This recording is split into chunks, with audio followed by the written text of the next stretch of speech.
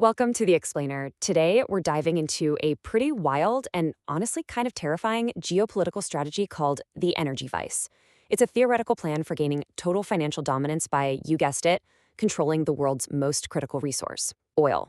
The source material we're looking at today doesn't pull any punches. It presents this whole thing as a high-stakes thought experiment.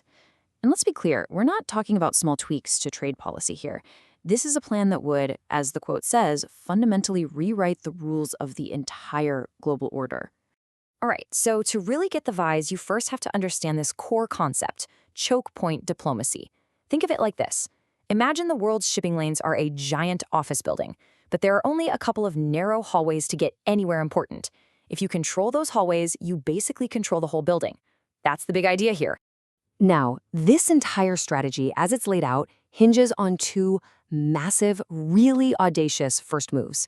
You gotta see it like setting up a global chessboard, and these are the opening plays that change everything. So move number one, get control of Venezuela's gigantic oil reserves. That creates a US-controlled reserve tank, so to speak. And then comes the real shocker, move number two. You engineer some kind of conflict to completely shut down the Strait of Hormuz, which instantly cuts off the main artery of Middle Eastern oil. And the fallout from that second move? It's just staggering. I mean, think about it. Closing the Strait of Hormuz takes a full 20%, 1/5 of the entire world's daily oil supply. Poof, gone. It's off the market. This isn't a glitch in the supply chain. It's a deliberate, engineered global shortage designed to back every other country into a corner. So that massive engineered shortage, it creates what the source actually calls a binary trap. With all that Middle Eastern oil stuck behind a blockade, every other nation on the planet is suddenly staring down a very simple and, yeah, very brutal choice. And here's what that brutal choice looks like, laid bare. On one side, you can buy the oil you desperately need from that US-controlled reserve. But, and this is a huge but, you have to do it using US dollars. That just reinforces the system that's already in place.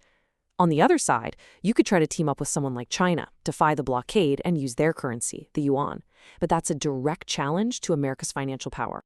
Now you might be thinking, why not just pick the Chinese alternative? Well, the whole strategy is built to make that choice pretty much impossible. See, choosing the yuan, that pulls the trigger on the plan's ultimate weapon. And nope, it's not a bomb or a missile. The enforcement mechanism is something called secondary sanctions, and they are brutal. It means the US doesn't just go after the country buying oil in yuan. Oh no, it goes after anybody who does business with them, any company, any bank, anywhere in the world that helps make that transaction happen. So you're left with a stark choice. Use the dollar for oil or face total exile from the global financial system. Okay, but wait a minute. What about other shipping routes? Surely there are workarounds, right? Well, the strategist sees that coming from a mile away. It's designed to shut down any possible escape route before anyone can even think of using it. It's designed to be a domino effect, a cascading failure. First, you lock down Hormuz. Then you start putting the squeeze on the Bab el-Mandeb Strait, which threatens the whole Red Sea route. And if that choke point is compromised, well, the Suez Canal suddenly isn't so useful for oil tankers anymore. One domino falls, then the next, until there's really only one source of oil left standing. So, all of this whole massive, complex plan, it all builds to one final, transformative endgame. And it's not just about jacking up oil prices. It's about changing what the US dollar is at its very core. And this slide really lays it all out. Right now, the US dollar is what you call a fiat currency. It's basically backed by, well, trust, faith in the US government. But in this wild scenario, the dollar totally transforms. It effectively becomes an oil-backed currency. Its value is no longer just about faith. It's physically tied to the world's only available supply of its most vital commodity. And that really gets to the heart of what the source material is arguing. This isn't just military strategy or economic policy anymore. It's a blueprint for literally redesigning the entire architecture of the global financial system from the ground up. Okay, so that was a lot. Let's do a quick recap. Let's walk through the whole 5-step plan one more time. It starts with the seizure of a new oil supply. That's step 1. Then comes destabilization, taking the competition off the board. Those first 2 moves create the currency vice, forcing that impossible choice.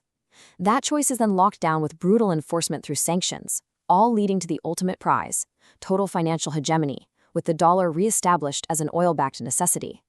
Look, our goal in this explainer was just to unpack the logic of this really provocative strategy, to show you how it's laid out in the source. And it really does leave you with a huge question to chew on.